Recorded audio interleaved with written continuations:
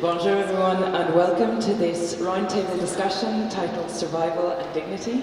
I'm Rachel McCrum and it is my honour to open this conversation today with Angela Sterritt, Dr. Norma Dunning and Emilie Monnet. I have a few words to say at the start and then we'll get into it. This activity is offered by Kwahiatonhk and the Maison de littérature as part of the 12th First Nations Book Fair. A TELUS presentation in collaboration with the CN, Innergex Renewable Energy, Hydro-Québec, the Caisse Desjardins de Wendake and OKT Law. Produced by Kwahiatonhk, the 2023 edition is made possible thanks to the financial support of the Canada Council for the Arts, the Government of Canada, the Government of Quebec, the SODEC and CDFM, huron-wendat. Thank you very much, the three of you, for agreeing to be here.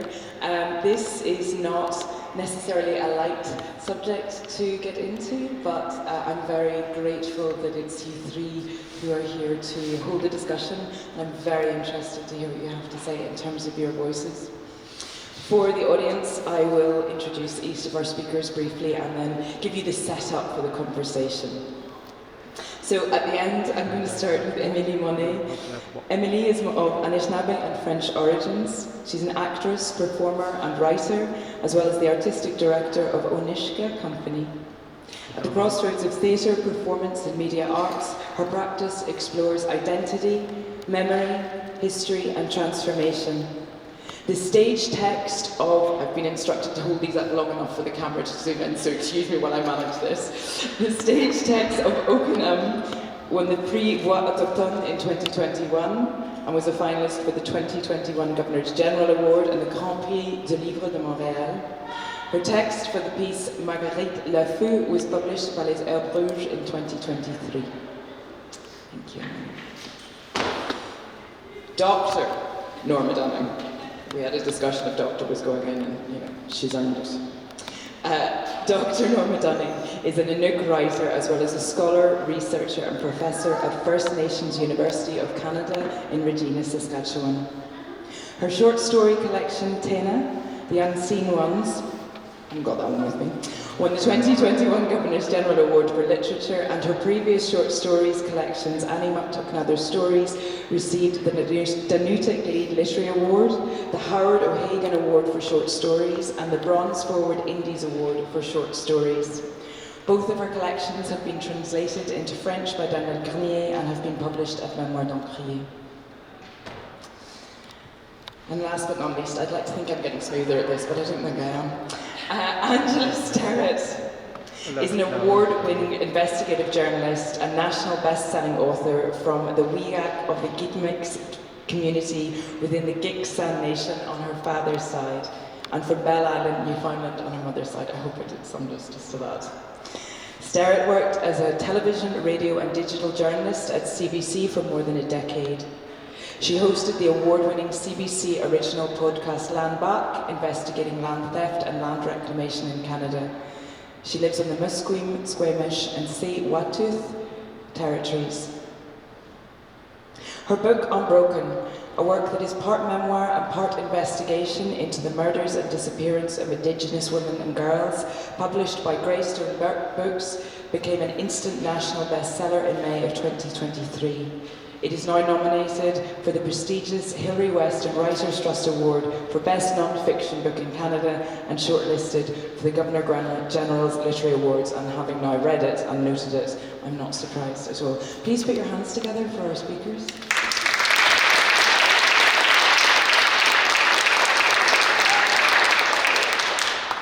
So, as I say, I would like to thank the three of you very much for being here today. To introduce the subject, or how this panel has been billed, which is survival and dignity. From the colonial times of New France to present-day Canada, Turtle Island, Indigenous women have always been the ones most impacted by colonial violence. Today, statistics show beyond any doubt the system continues to disadvantage them at every level. The questions that have been posed for this panel are: how do Indigenous women authors contribute to commitment to truth and dignity? How can they bear witness through fiction or non-fiction to the fate of their own kin? How do they perceive their role, and what are their hopes for the future? I spoke by email briefly with the three beforehand, and just for the purpose of the audience, to recap some of the statistics that have come out in the past 20 years around missing and murdered Indigenous women and girls. I would also say that, as all of their books and works make clear, it is not just a matter of statistics and numbers. You quote "we are not numbers" in the books, and actually that their work looks very closely into the stories and lives of human people, women, daughters, sisters, mothers, aunts and kin. But some statistics for you at this time. And this is actually drawn from Angela's book, which has been meticulously researched.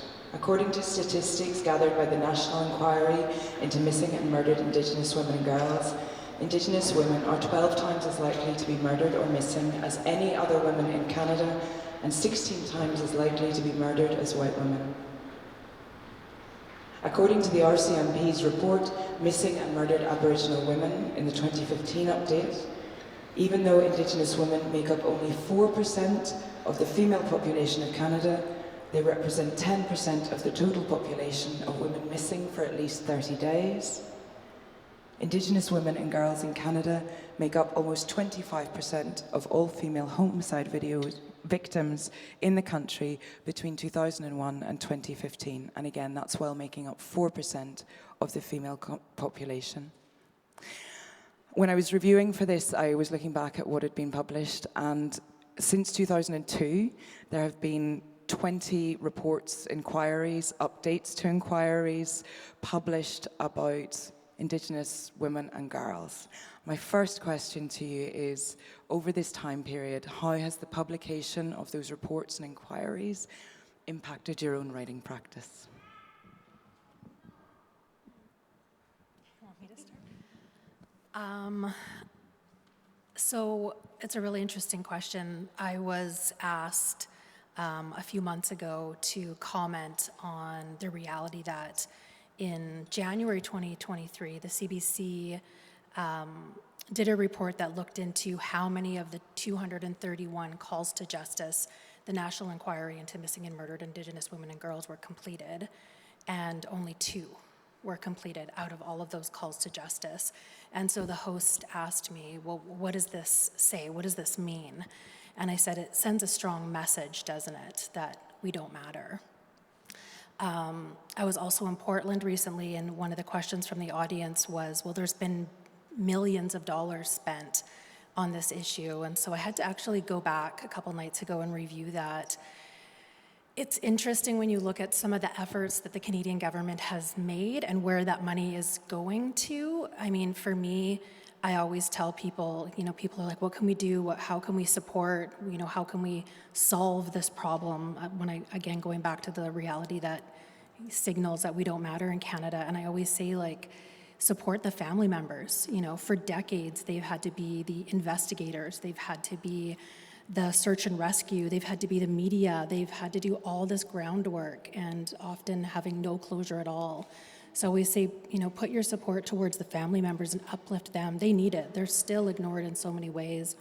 And so when I looked into those numbers, I was sort of disheartened to see that a large majority was going towards the colonial justice system in Canada. And it hasn't served Indigenous women, girls, Two-Spirit people, family members well at all. Any of the colonial systems have really failed us. And so I think we've gone so many strides in Canada, in terms of coming to grips with the reality, especially when it comes to residential school and the deaths and the horrific nature of that. But I think when it comes to violence against Indigenous women and girls in particular, there's still sadly, a massive deficit of care. Yeah, that's my perspective. But I think the hope is in the family members who continue to do that hard work. Thank you for that. Yes, bringing it very up to date then, and to look back and the final report from the inquiry was in 2019 with the 231 calls for justice, so that's quite incredibly sobering to think of too. Norma, for yourself and the impact of the reports, the inquiries, knowledge that had been in the community and actions that had been in the community for years before that, what did that have for you?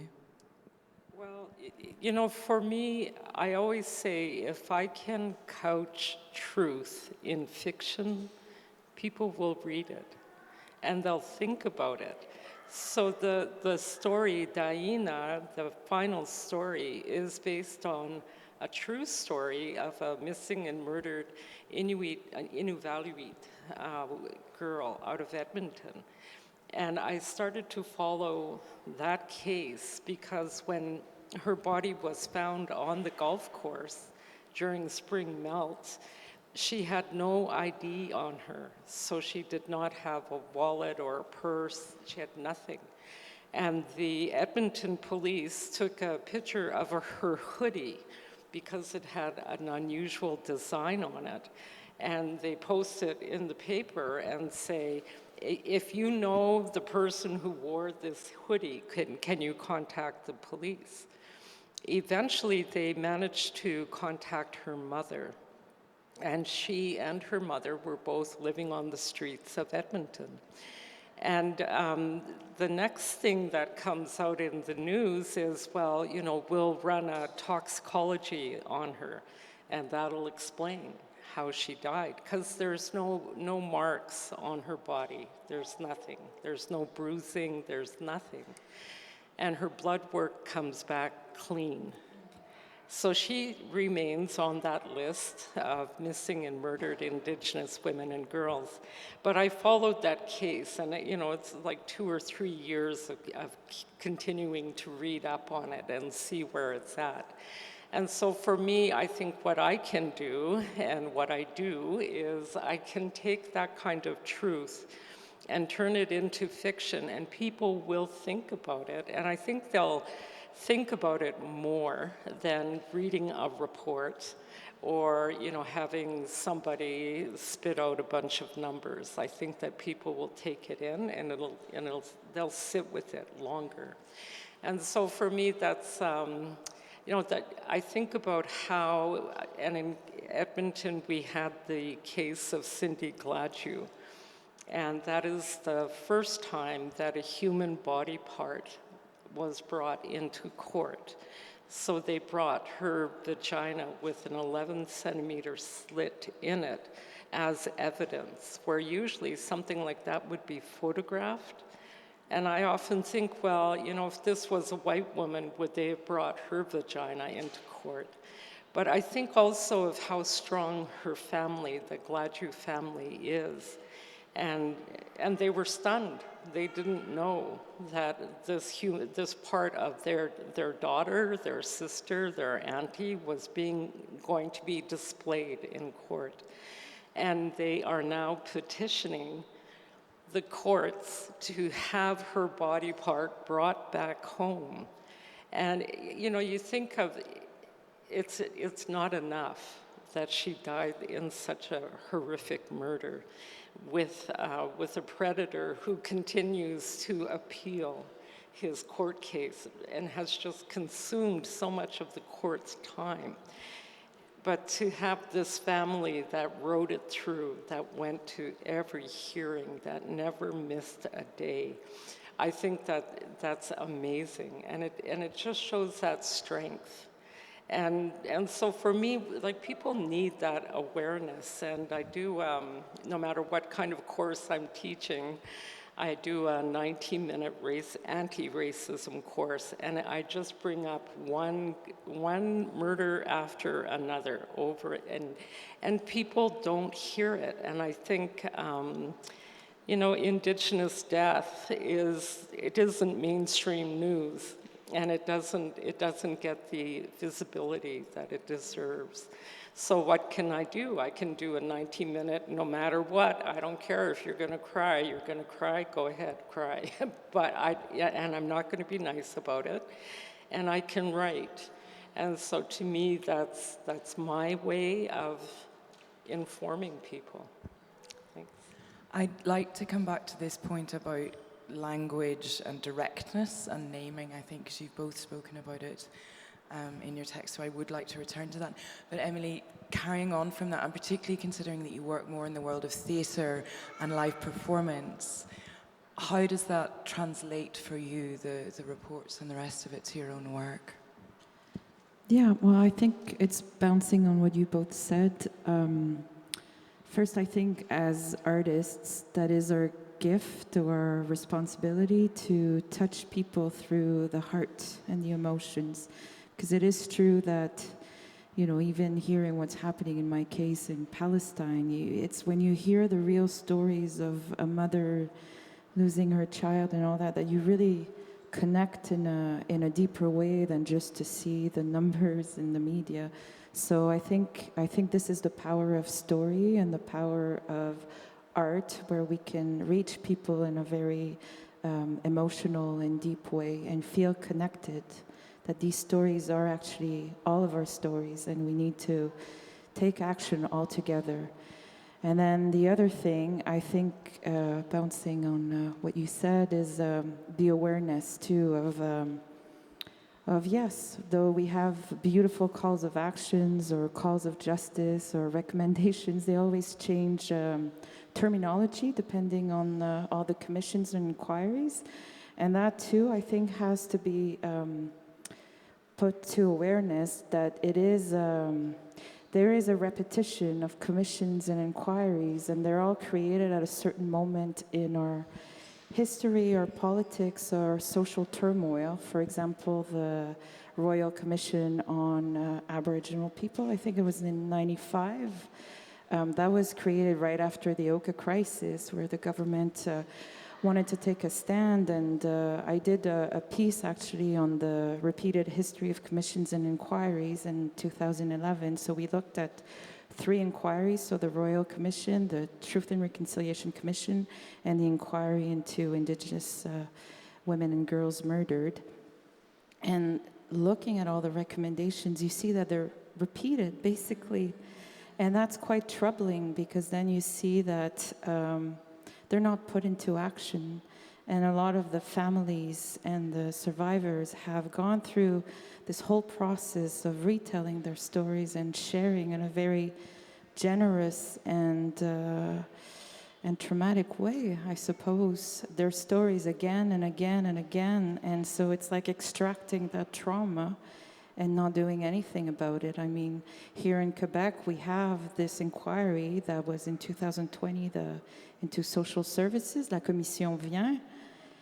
And again, you know, we see that there's nothing being done after the filmed murder of Joyce Echaquan by the social services, and still nothing is done because the government refuses to use the term systemic racism. And it is very concrete, but then it's like, how come we're not as a society doing anything about it? Or it's as if having an inquiry makes us feel better, maybe. But the tools are there, you know. We all we have to do now is to apply, but they're there. The solutions, I think, in my opinion. Thank you. I also appreciate that you're all giving names to the women as well. I think that question of language, particularly the idea that inquiries arise from a particular political event or flashpoint, but then that there's just a repetition of the things, and it you know, of the language and the recommendation, and it requires that overview. Angela, in your book, you're constantly citing either calls for the language to be changed or instances when it was finally changed. So I think it's 2008. Is it Wab Kinew lobbies for residential school survivors to be referred to as survivors rather than students, which it was implied CBC journalists had not been allowed to refer to them as before that as well. I found really powerful as well that your points about, you know, the highlight of, in official terms, high-risk behaviour in terms of women. And actually maybe the signs on the road should say, don't kill women rather than don't hitchhike, you know, and the power of that. And Norma, from reading your books, I mean, you're incredibly direct and incredibly visceral in looking at violence in the eye and putting it back to the page. Emilie, I'm thinking last night I was at Versailles des Eaux, which was a show with André Lévesque-Sioui. I see some nods from other people who were there as well, and Soleil Lanière, and I think that you call it your punk rock death metal anthem in Okanagan. Punk metal, punk beaver manifesto. Yes. More of that. But Sue, there's a willingness for all of you, I think, to grapple with this question of language and directness. And I just wonder, can you elaborate a bit more of that in your own work, in the language that you see and you choose to use going forward, Angela? Yeah, I mean, I think that's a really interesting question as well in terms of I'm just thinking about the ways that language is kind of usurped by the government and it becomes something else. Like even I'm thinking, my community's usage of the word land back.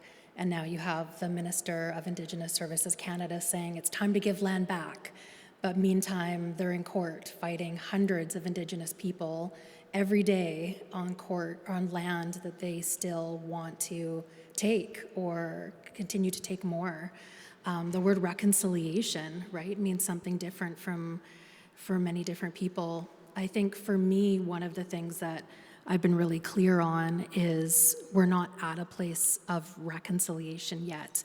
We're still at a place of truth and truth gathering, and I think Canada's been so good at gaslighting Indigenous people, right? And so when we're talking about language, that's so important. For many years, Indigenous people weren't believed, even when it came to their experiences at residential school. It wasn't bad enough. It wasn't bad at all. And, and people want to hear like the absolute worst possible scenario when,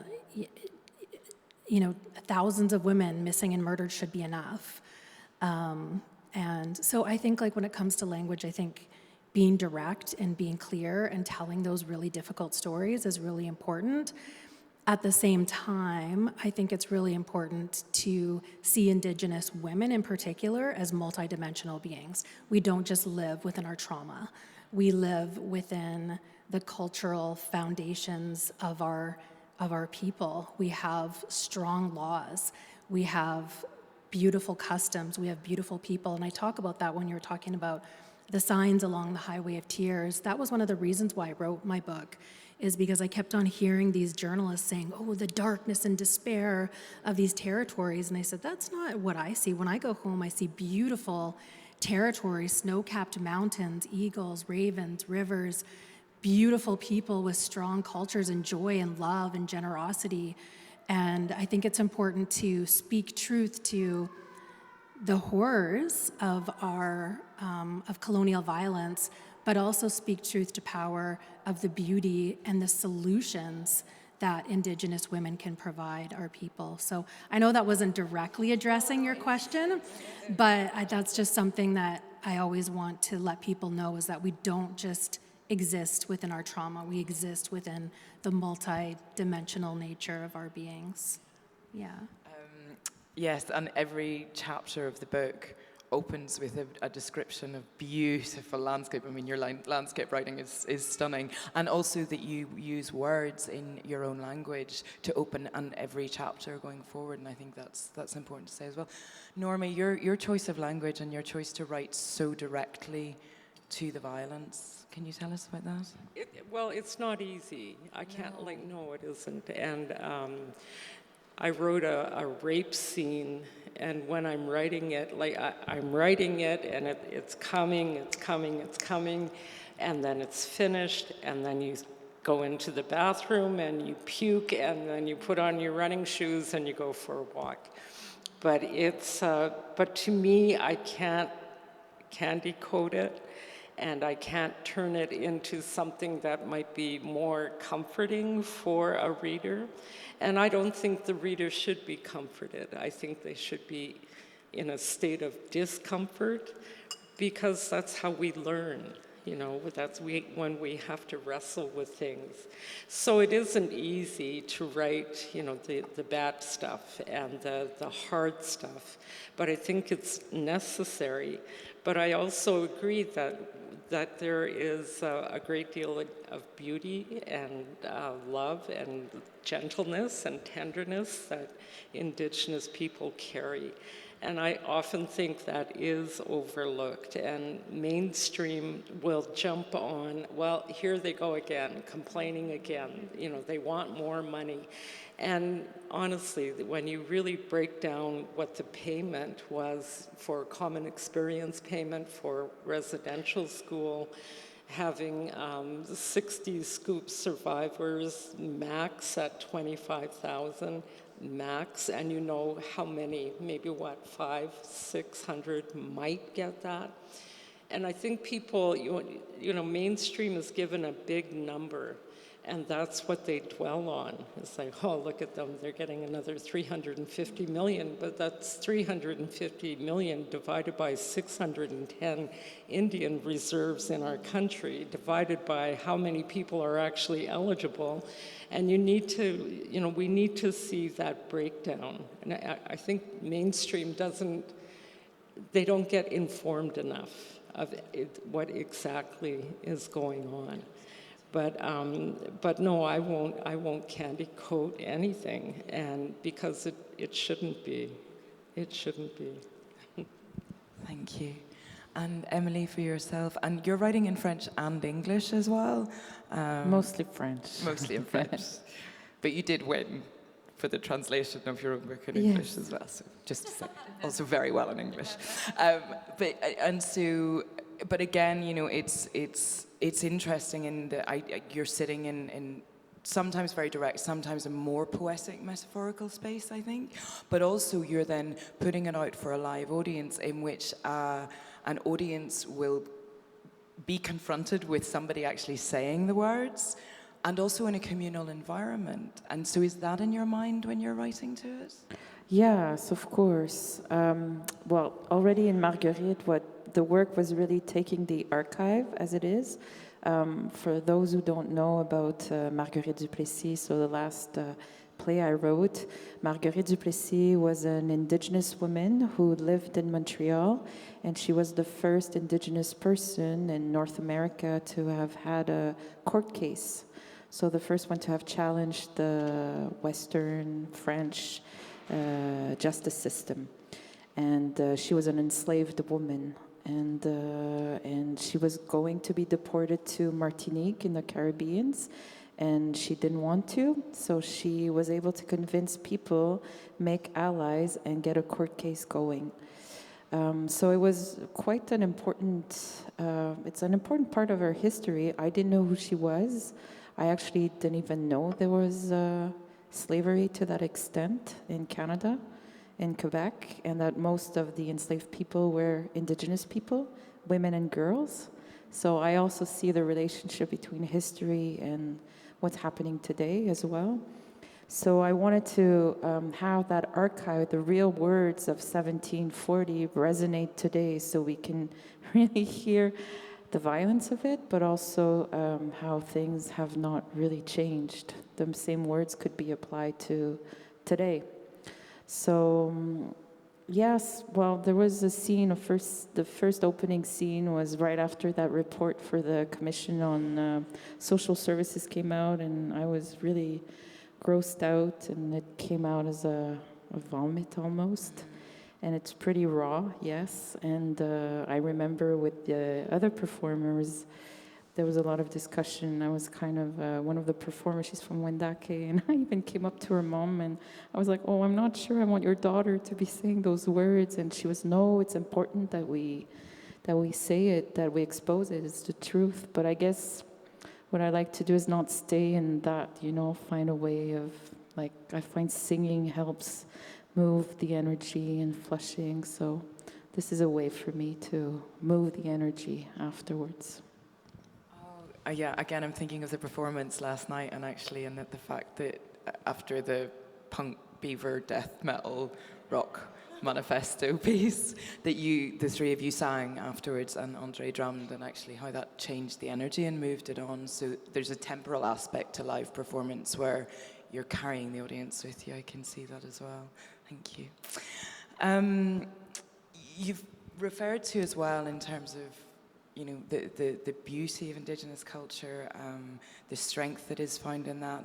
And I find towards the end of your book, Angela, when you're talking about the inquiry and the pre-inquiry process and sort of how it moves between, I think it's about 2015 to 2018, where initially the government has decided to hold these huge conferences in, you know, unforgettably described fancy ballrooms of big hotels and conference centres, and that they're bringing in families and you know, people who are traumatised into cold corporate environments with very little care, and to go back to that extractive information gathering. I was reminded yesterday, Norma, you'd said there's an Inuk word for white person. It's not kabluna, it's the other one, and it means he who demands answers. And so that there was this, you know, this idea that for the inquiry to happen and the gathering of stories, that, you know, there would be this environment that would be set up in a very colonial way, a very extractive way to go in and get the information. And I, you know, read this and I was, this is horrible, and I was like, I'd like to refer to this. And then I read further towards where the inquiry was, you know, 2 years later, and actually spaces of care had been set up, and that elders had been brought in, and that community care had been brought in, and you know, healing and medicine to help people tell their stories. And so reflecting on that, and the fact that my sense is that, you know, the Indigenous communities took charge, took care of the process for themselves. Can you speak a little bit more to that, and to going forward, and, you know, where Indigenous literature and books and storytelling becomes part of that care, when it is driven, when it is taken charge of by Indigenous people and writers such as yourselves? Yeah, I think one of the things towards the end of my career at CBC, so I'm no longer with CBC, I quit about a month and a half ago. And I always tell people a funny story in that I was given a name. I was formally brought into my house group. Our culture's matrilineal, so my mother's white, and in order to be legally recognized by your house group, you need to be, you need to go through ceremony through that. So that happened, and I think the day I quit CBC was the day I got the email of my name, which is Lualgiatunq Beast, which means woman who works in radio and television. And I thought, okay, that's very funny. But so toward the end of my career, I mean, for one, I was extremely burnt out. And then for two, I just started realizing the lack of care that we afford people in our stories who are going through trauma in the name of propriety, really. Like, we're journalists, we own the story, this is our story, we get to tell it in the name of objectivity. And me trying to say, well, why? Why aren't we looking at this through a more trauma-informed lens? Why aren't we, you know, one of the things I learned when I was researching trauma was that when somebody's going through PTSD, one of the biggest things that they are lacking in that moment of trauma is control. Why not let somebody in an interview process guide that process and say, you get to talk about whatever you want to, you get to decide how the story is told, you want it to be strength-based, let's let it be that. Such a huge no-no in journalism. I mean, you could get fired for saying, you can say no to this story, you can walk away from the interview, you can tell me that it's not okay, and the way that we go about it as journalists, and, you know, in this authoritative way, I just started to realize we're not working for the public, we're working for ourselves. And there's just easy things that you can do to make the process less harmful and less extractive and less re-traumatizing for Indigenous people. I did a story during the recording of my podcast, Land Back, with a survivor. The residential school, there was 3 actually on this land that they were reclaiming, and her entire family, her mother, her grandmother, herself had survived those schools.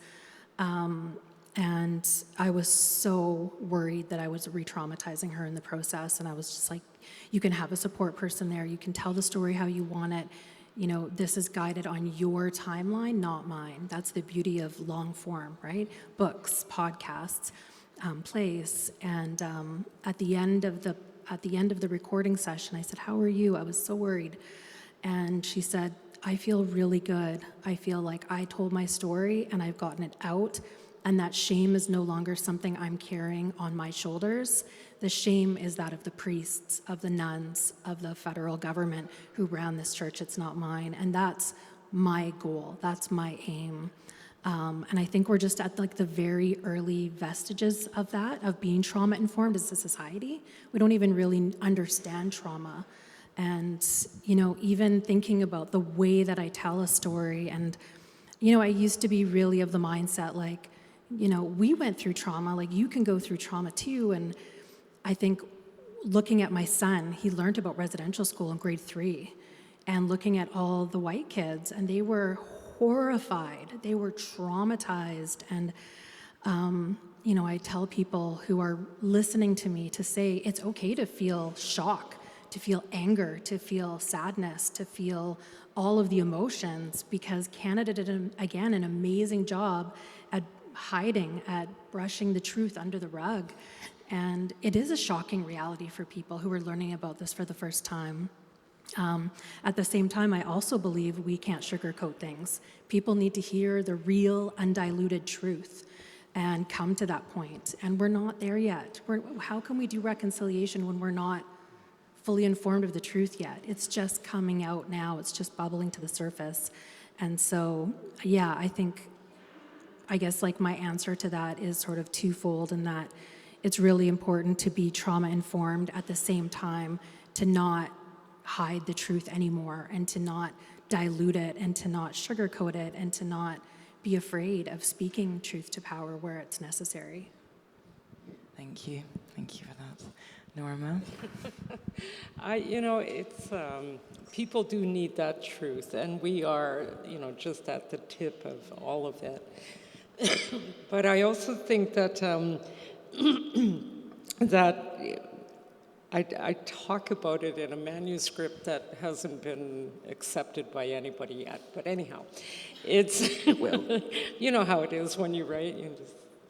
Anyway, at the end of it, and it's it's actually the story of my mom and dad, and how they came together, and how they both had these horrible childhoods, equally horrible, and they come together and they create this family. But when you're in that family and you're growing up, that's your normal. And you don't realize that it's dysfunctional until you're away from them.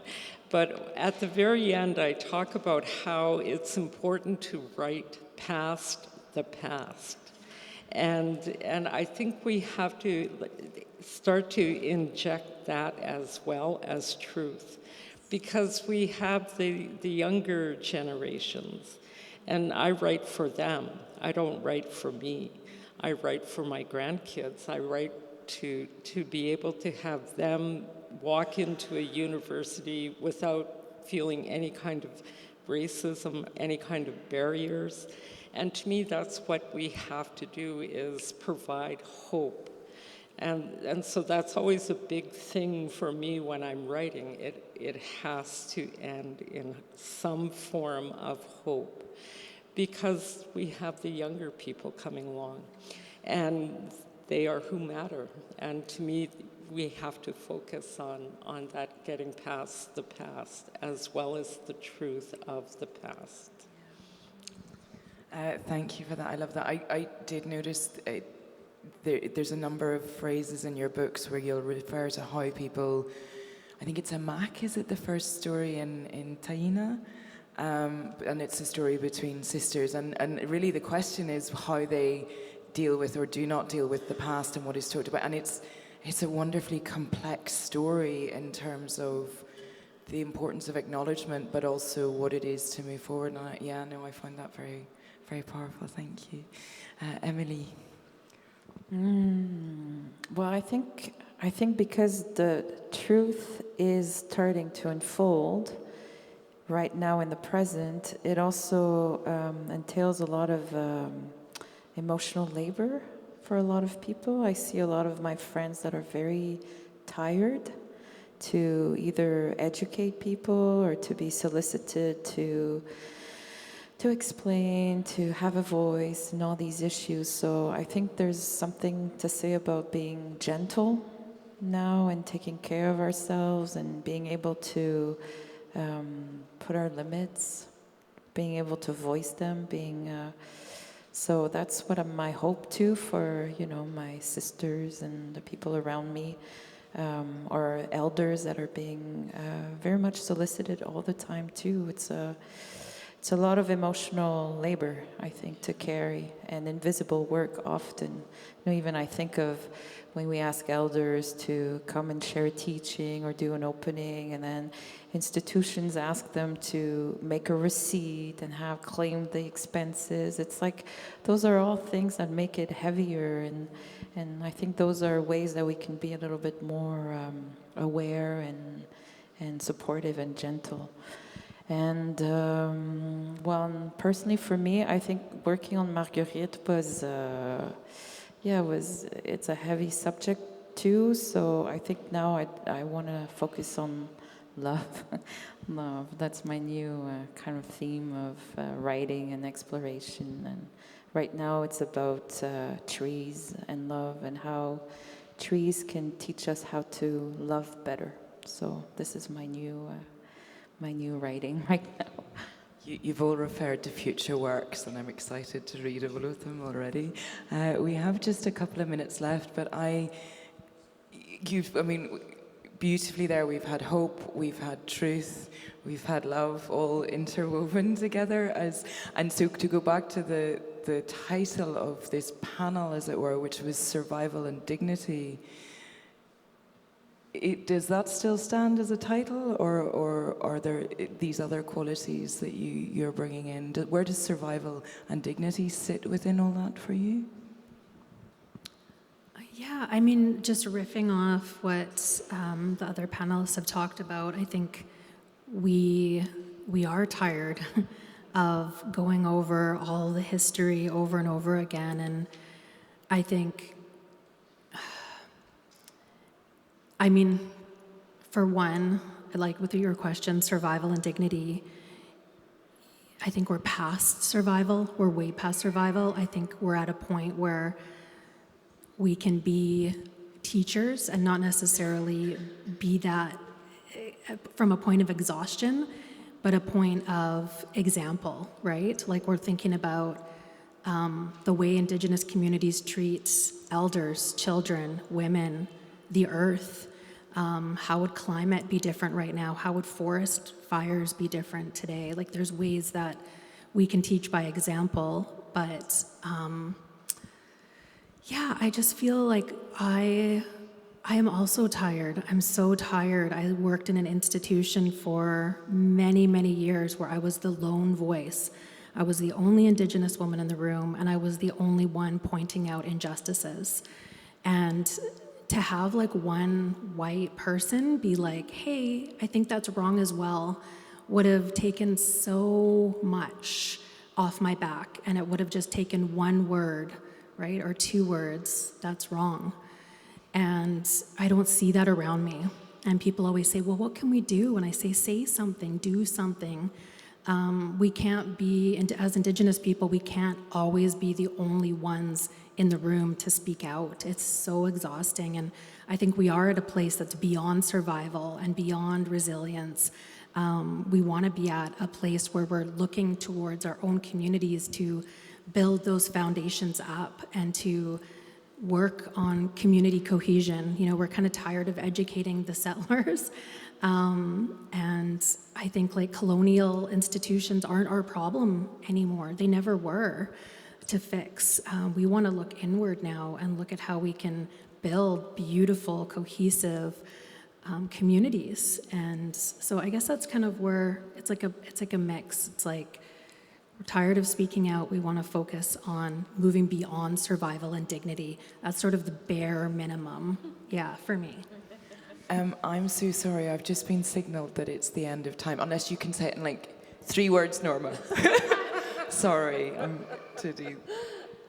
I can't think of 3 words like that. It's, I will say I teach a lot of education students, and what I tell them, I'm tired of the elders coming into an institution that is historically unkind, and that they have to start taking themselves and their students to the elders and not the elders coming in. And I think we have to think of those small things, something like that, like informing an entire 40 students that I have to sit with for 12 weeks, telling them, you start taking your students out and stop expecting people to come in and spill their guts for you. But people, I think that they think about it, and they think about that importance of going into a community themselves. And I talk to them about building a relationship with those elders before you ever take your students out. And that's the bottom line, like all of our lives are about relationships. That's it. That's the bottom line. So that's my 3 words. Love it. I'll take it. Go on. I'm good. I think they said it all. I suspect, like everyone else here, we could listen to the 3 of you speak for much longer than this. You can go next door and buy their books at the Moran Centre, at the Salon. Please do that. I believe you will be there for signings at some point. You can look up the programme online. Thank you all very much for being here, and please put your hands together for Emilie, Monnet, Dr. Norma Domining, and Angela Sterritt.